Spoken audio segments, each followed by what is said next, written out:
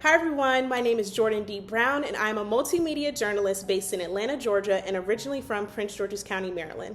I'm super excited to share this new project that I've been working on, a show called The Rundown with Jordan Brown.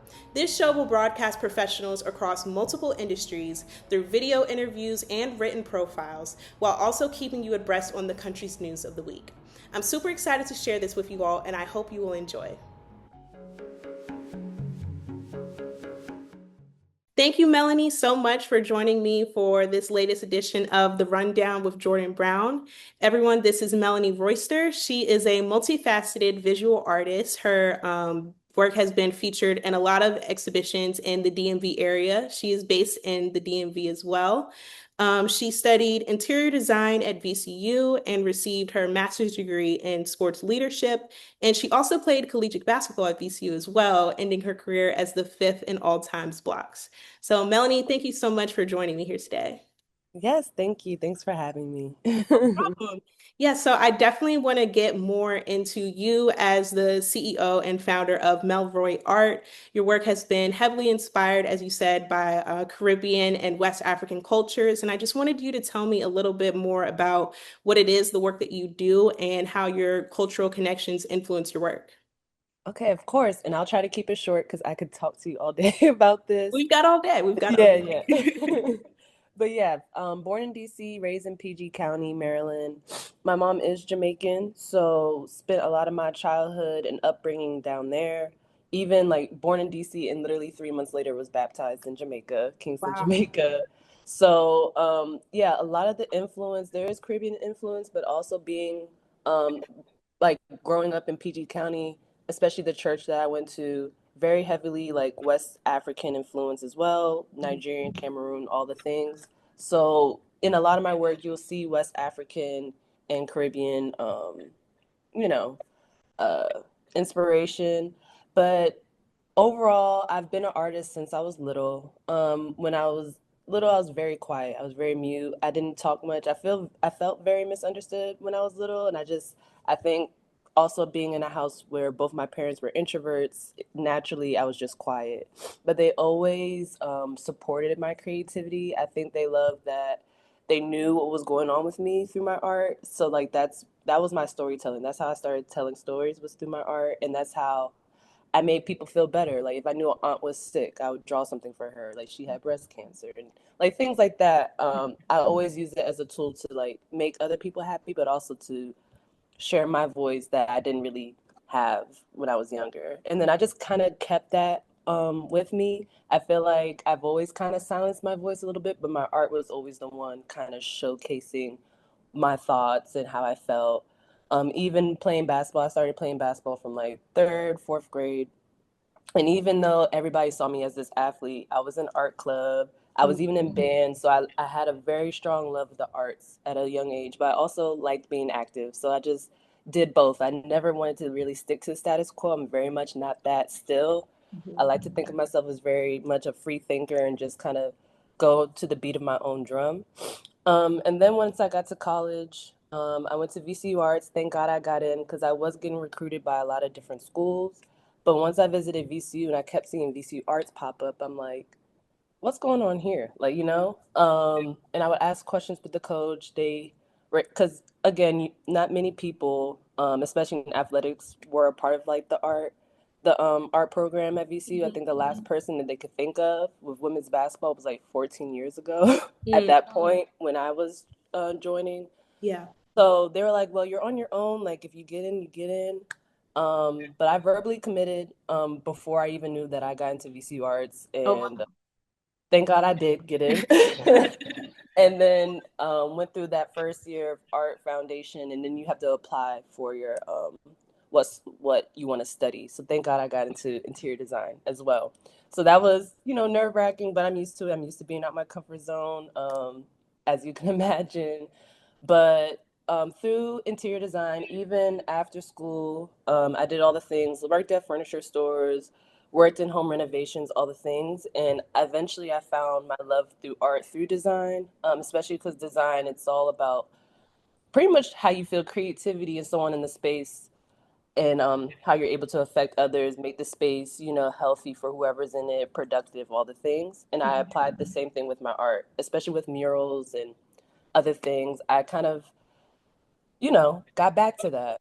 And then fast forward to 2020, I was kind of doing art a little bit. I was selling, little things here to friends, so on, but I was creating a lot, but I just was like keeping it to myself. Mhm. And so once 2020 came and, um, everybody's in isolation, as you can imagine, a lot of us did a lot of reflecting.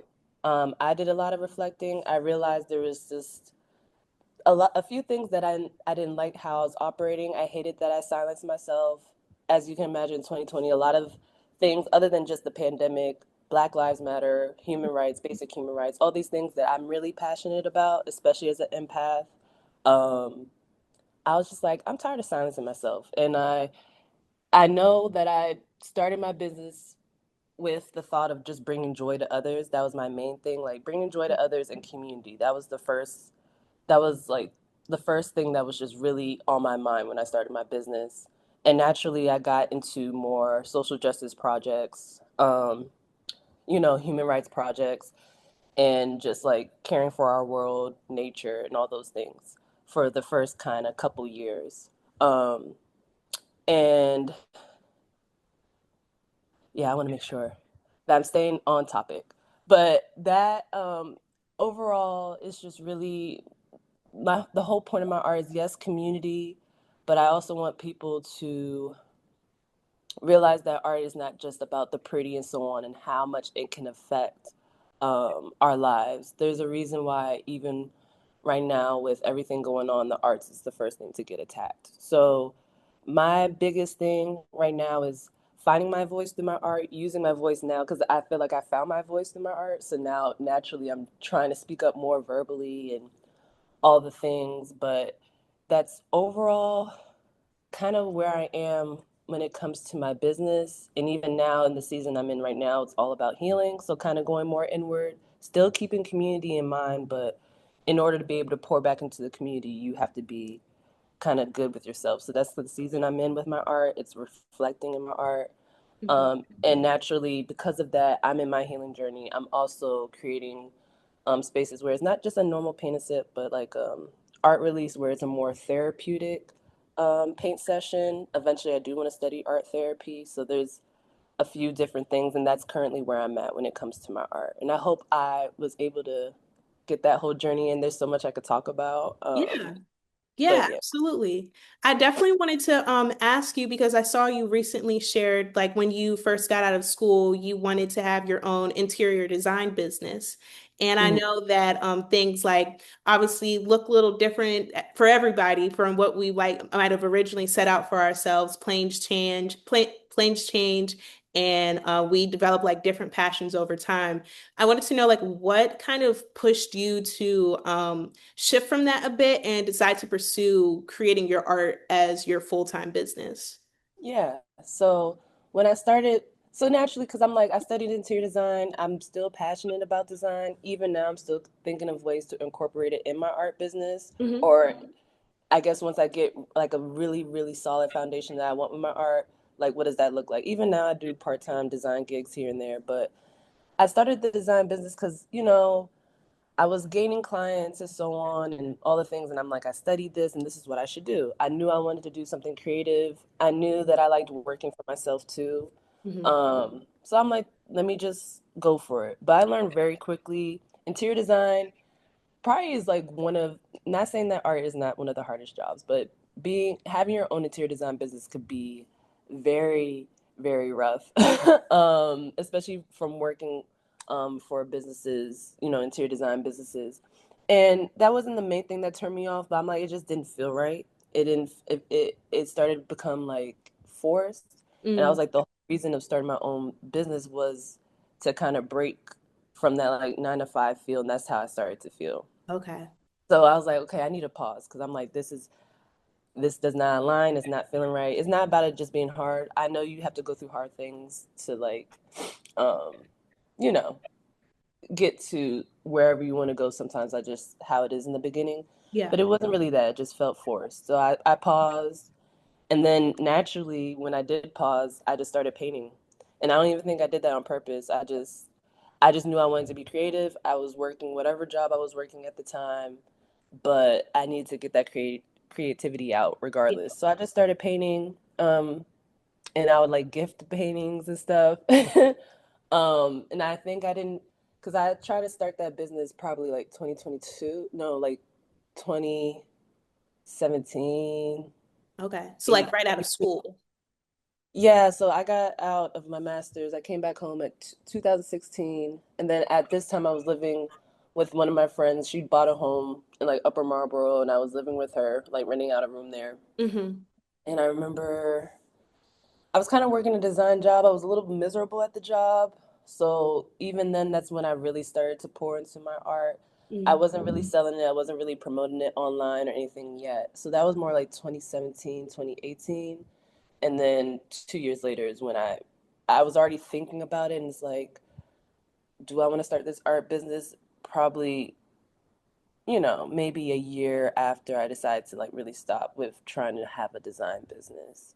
And then I guess with 2020 and all the reflection, and I realized there was a lot of things that I was running away from. I know COVID and I know 2020 it was a really hard year for a lot of people. It was a hard year for me. I even lost some family members and friends.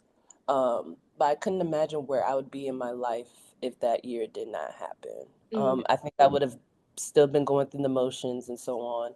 It's interesting because I feel like in our capitalist society, you don't get room to just pause unless you really plan it or like you have the privilege to do so. You don't have time to just pause. Everybody's in survival mode, so on. Right.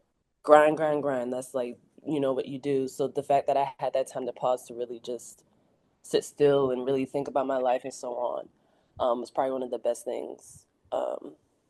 Because I even though there's still things that I want to push through, and I might not be exactly where I want to be in my business. I'm so happy that I'm here. Hmm. I'm glad that I enjoy what I do. I'm glad that I know that I could keep progressing and keep, you know, um, empowering the community around me and giving people a voice that probably don't have a voice themselves. So, yeah. Absolutely.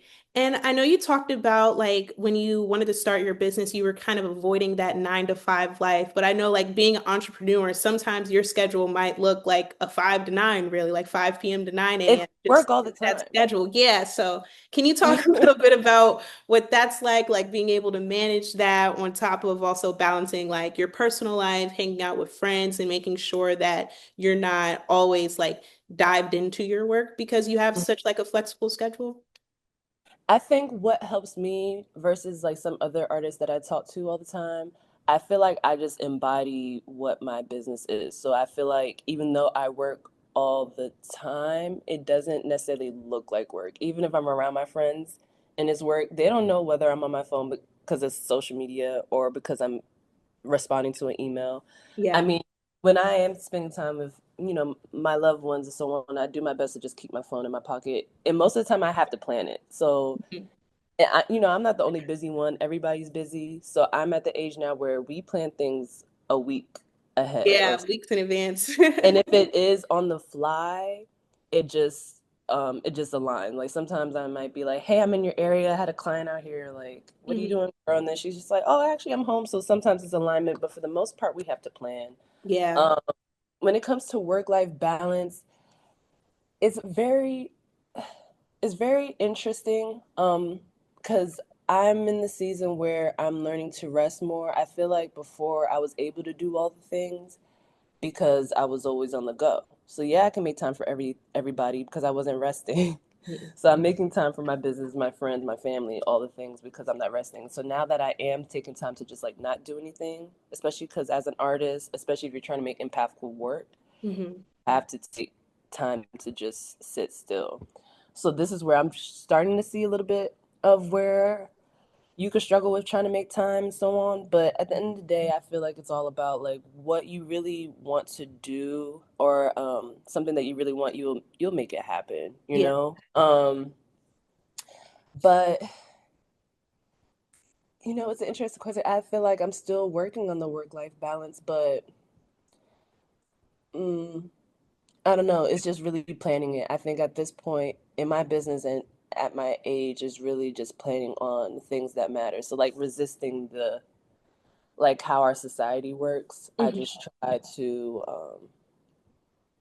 it's like if I'm thinking of the week and I know what I have to do, I just put time blocks on things. And in between those times, if I could do lunch with my besties, cool. If I could spend time with my boyfriend, if I could go visit my parents and kind of spend the day with them and things like that. Travel definitely influences my work too, if I'm able to do so, depending on where I need to put my money, because having an art business could be expensive. It's it's really just I just have to check. It's a weekly thing at this point. Hmm. When it comes to the work life balance, even like a day like this on a Sunday, I'm looking at the week ahead. Even like I do some gig work too with design. I stage homes part time right now. Hmm. Um, and just think about all the projects and so on. I'm preparing for like even an exhibit at Art Basel in Miami. So like Awesome. I'm collaborating with somebody for that and my manager. And also that's the biggest thing. Wow. So having a manager now. So me and her have been working together for maybe almost a year now, actually. Okay. And that happened naturally. I know a lot of people are like they're looking for management and Hmm. they're like, how do I find it and so on. I'm a big advocate on like when it aligns, when it's the right timing, because I knew I needed Yeah. a manager probably from my second to third year, and I didn't really get her into my the end of my fourth year. Okay. um, and it just happened naturally through connection and so on. Hmm. Having somebody, even though she's not like this big time manager that's just like she's essentially kind of emerging too as well, having somebody that really advocates for you, having somebody that really would do anything to make sure that you're pushing through. And I'm one of her Yeah. first artists too. Okay. Having a manager has helped a lot because as an only child too, I'm not used to delegating, I'm not used to asking for help, I'm used to just Mm. doing everything on my own. Right. So having somebody that just like, what can I help you with? Like, or she just takes it on. She doesn't even say anything. She'll just take it on. Then she'll send me the receipt. Mm. It's very different. But having that has helped me a lot, and it's helped me focus on the creativity more. That's good. That's good to have that Yeah. balance. Yeah. And I definitely wanted to reference like our connection because I was trying to think about it. I think I've known you for like 15 years now when you and Yeah, Taylor first started playing for Lady Terps. yeah, you're fairly young. You're fairly young. So seeing you now, you and Yeah, your brother. I was a baby. I was really little. Yeah, I remember actually like kind of bits and crazy. pieces, but yeah, for those who don't know, Melanie played AAU basketball with my sister Taylor. Taylor played for Bishop McNamara. Melanie was at Elizabeth Seton, so you guys were rivals for a bit and also played a few times in college, I think. I was about to go to Bishop McNamara Really? actually, Really? but Why my didn't you? my best friend at the time just begged me to go to Seton. That's Because fair. those were the two schools I was looking at, and my mom Okay. was actually leaning more towards Bishop McNamara too. Because again, I was in band, so the jazz Mhm. band that they had at McNamara, my mom was like, "Wow, they're amazing." Blah blah Mhm. blah. When I visited, I didn't necessarily have the best experience either, but I already knew about Bishop McNamara, so like the visit wasn't gonna do anything. Like I Mhm. already know. Um, but I don't know, it was something about Seton that I guess like, my best friend begged me at the time. I didn't have any backbone at that point. I mean, I'm like 13, 14 years old. Right. I didn't even really care for school like at that point. Middle school was Hmm. really rough for me. I struggled because I'm a little different. Like, you know how there's different ways of learning, and I was definitely somebody that was very tactile, visual, so Hmm. on. And honestly, with the school system, I feel like most teachers, a good teacher could tell when different students need different things, but for the Right. most part, Different ways like, of learning. yeah, they teach all the same. Yeah. And I was really struggling in middle school, and I was quiet, so I wasn't voicing that. I didn't feel like, so Right. school already worked for me. So like high school, I'm like, let me just pick a school. And I probably should go to the school that my best friend's at. So, Mhm. but then it was probably the best thing. Seton, um, again, very much a big part of why I am the way I am. Even now, a lot of my peers and so on, classmates, I see them doing amazing, amazing things. I know so Yeah. many women from seeing, and even going back now and seeing what they're doing, it's like, wow, like the things that my class or the class under me or so on, like this is what we were working towards. Because the girls now, when I go back to the high school, and even the teachers, the principal, all the things, they're doing amazing, amazing things. Even one of my classmates, she teaches there now, and she's leading an entrepreneurial program. I've been involved a few times there, and seeing the Hmm. girls push themselves and all the things has been amazing. So I'm very much a proud Seton alum for sure. But WCAC, now that I'm a little bit older, I root for everybody in the WCAC Yeah, yeah, you have to. You team. have to. It was hard Yeah. back then, but now you have to. Yeah. But I definitely wanted to ask you because you referenced like basketball a little bit, and people that knew you while you were playing basketball kind of just thought you were like basketball in, but you still had like the art, not Mhm. necessarily in your back pocket, but it was also like a big part of you. So I wanted to know, like now that you're pursuing art full time, was it a challenge for you to kind of brand yourself as like more than just a basketball player, as people kind of box you to be, or what was that I, like? I feel like once I got to 2020, at that point, it's been 4 years right after school. I feel like a lot of people that either knew me from college or even high school, the people who really knew me, they weren't surprised because like I would be in class drawing and I would give people like the paper I drew on, or people knew that I was lying, that I was in detention when I was in art club, or like so the people who really knew me, they weren't surprised. They were just glad that I finally just like pursued, like just went for it. Yeah. Um, but I don't think I don't think it was I don't think it was strange only because of what I stood for. So I feel like um, even before I started posting my art, that what I stood for and everything is still present in my art. So once it got to the art, people were surprised about my skill work, but like the things I stood for, I feel like it made it for an easy transition, Yeah, if it that all makes like aligned a bit.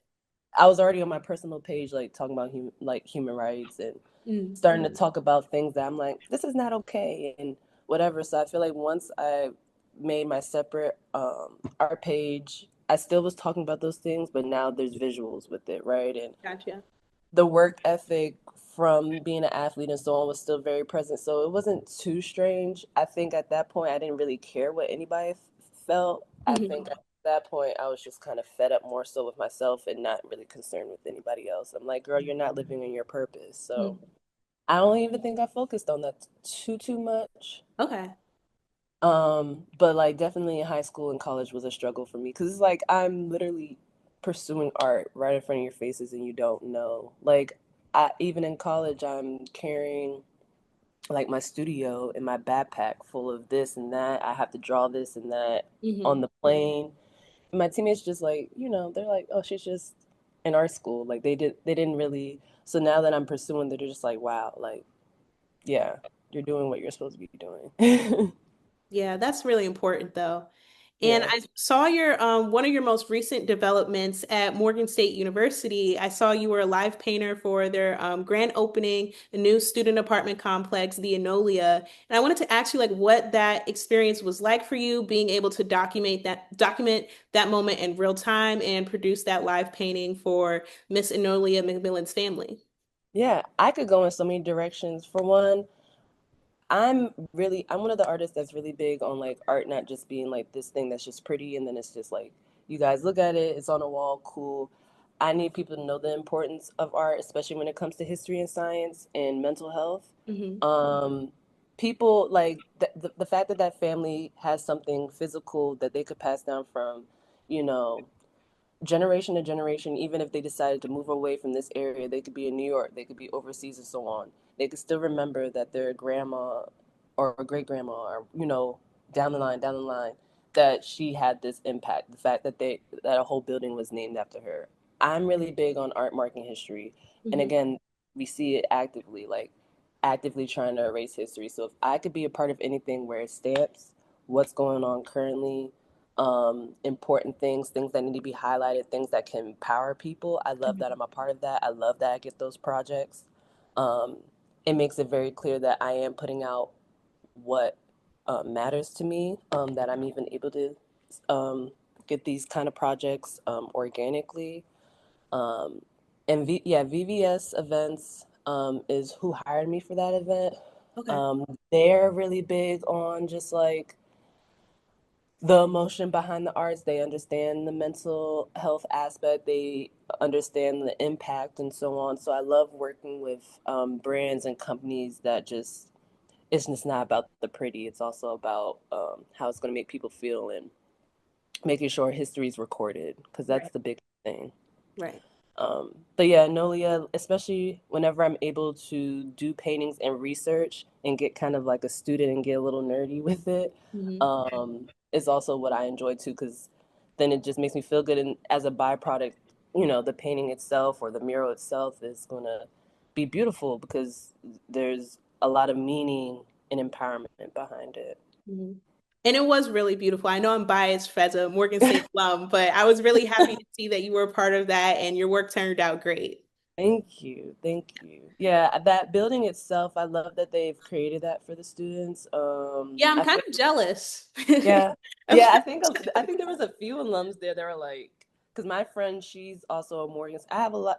There's a lot of Morgan State alums in my family too as well. So I Okay. think some family members were like, wow, like you know, I don't know. I love that these students, because it's definitely it's dope. It's a dope space, but I love that. I think it's going to be good for Morgan overall. Whenever you Absolutely. have these new, you know, establishments and so on, as long as they're making sure that they're not displacing people, that's my biggest thing. Mhm.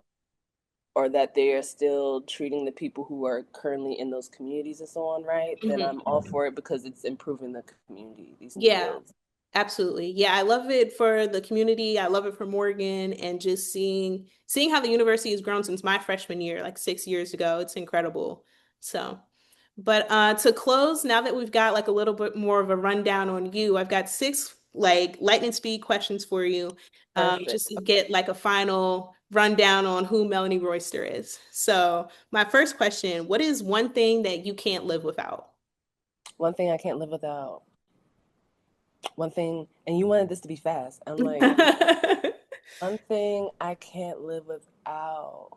Maybe one thing I can't live without. Ah, ah, like that's hard. You want to come back? Yeah, one thing. Okay, pause, because Okay. like Next there's so much. question. Yeah. Who is someone you talk to every day? um, I mean, I talk to a lot of people every day. I would say my mom, best friend's boyfriend. Okay. What is something that people don't know about you? Well, I kept talking about it during the thing, like that I used to be in band. I think a lot of people get surprised by that. So I used to play bass clarinet. But Okay. also, oh, what don't people know? We'll stick to Okay. that. What is one piece of advice you would give your 16-year-old self?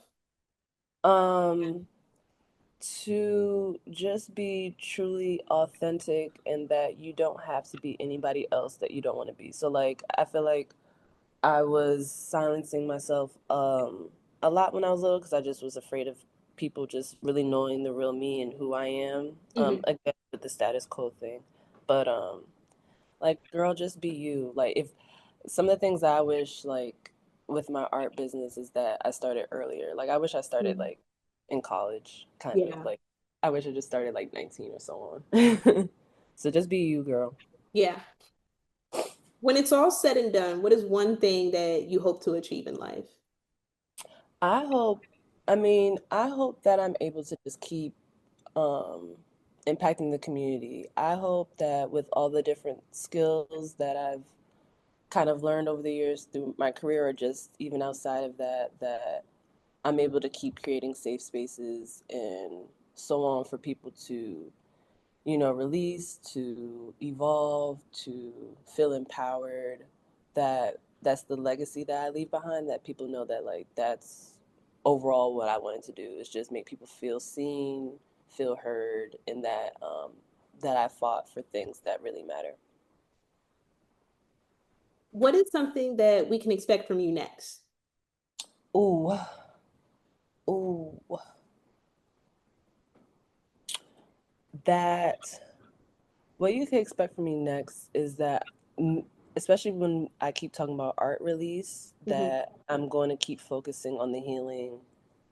I'm that I'm going to keep pushing pretty much the art releases, and that I hope that,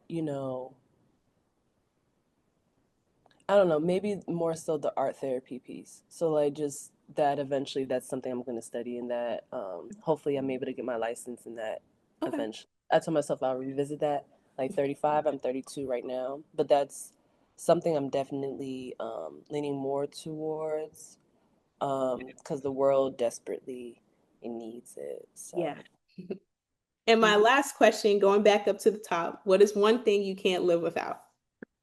I can't live without sunshine. I can't live Okay. without being able to travel at all. Like if I just did not travel at all, even if it was in the States, Hmm. that would probably do a lot of harm. I was traveling from when I was little. Like I Hmm. was at 3 months. So it's like I feel like my parents did a good job of letting me see the world from a really young age, and so that's always just going to be something that I need. I need, if I'm going to be an empath and I want to impact the communities around me, I need to see the world so Yeah. that I understand different types of people and culture and all the things, so that I'm not this naive or ignorant person to like the things that people um, are dealing with around the world. Right. So. Okay. That was a good one. I like that you took time to think about that and we could I can Because close that one up. But I'm like my laptop, like, like, no, that was like. very thoughtful. But thank you so much, Melanie, for joining me and just sharing your story. I really appreciate it. It means a lot. And I hope that your story is able to impact more people the same way that everything that like you've experienced and the art that you've created has been able to have an impact on your life. So just thank you so much. Thank you so much.